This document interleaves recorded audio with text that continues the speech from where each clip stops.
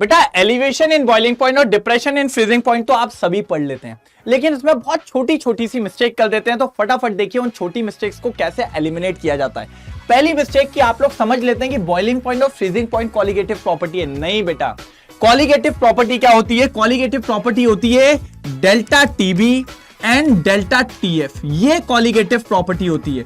Sir ये बोले तो मतलब डेल्टा टीबी का मतलब कि कितना बॉइलिंग पॉइंट बढ़ा है, that is elevation in boiling point, और फ्रीजिंग पॉइंट में कितना फ्रीजिंग पॉइंट कंप्रेस हुआ है, दैट इज डेल्टा टीएफ। ये कॉलिगेटिव प्रॉपर्टी होती है बेटा, ना कि बॉइलिंग पॉइंट और फ्रीजिंग पॉइंट। पहली बात।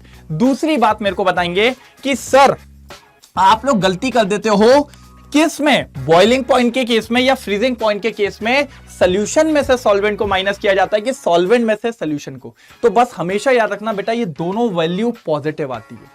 कितना बड़ा कितना घटा वो दोनों पॉजिटिव आना चाहिए। और याद रखना बिल्कुल सिंपल है बेटा, अगर आप बॉइलिंग पॉइंट की बात कर रहे हो, एलिवेशन इन बॉइलिंग पॉइंट की बात कर रहे हो, तो एलिवेशन में क्या होता है बेटा, बॉइलिंग पॉइंट बड़ा, बाद में कौन बनता है, सोल्यूशन बनता है। तो सोल्यूशन का boiling point T B minus solvent का boiling point T naught B, ये करना होता है। और जबकि मैं फ्रीजिंग पॉइंट पे बात कर रहा हूं तो बेटा उसने बोला फ्रीजिंग पॉइंट कम हो गया, मतलब सोल्यूशन का फ्रीजिंग पॉइंट कम हो गया, तो इस केस में सोल्यूशन का बाद में आता है और सॉल्वेंट का पहले आता है बेटा।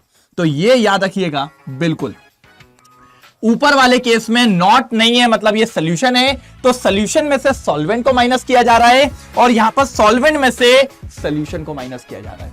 अब मुझे आप कमेंट सेक्शन में बताएंगे कि बेटा आपने सुना ही है कि जब हम बॉइलिंग पॉइंट का केस लेते हैं तो वहां पर आता है इब्लोस्कोपिक कांस्टेंट, और जब हम फ्रीजिंग पॉइंट का काम करते हैं तब आता है क्रायोस्कोपिक कांस्टेंट। तो मुझे बताइए वाटर के लिए कमेंट सेक्शन में कि केबी की वैल्यू क्या होगी और केएफ की वैल्यू क्या होने वाली है, कमेंट सेक्शन के अंदर।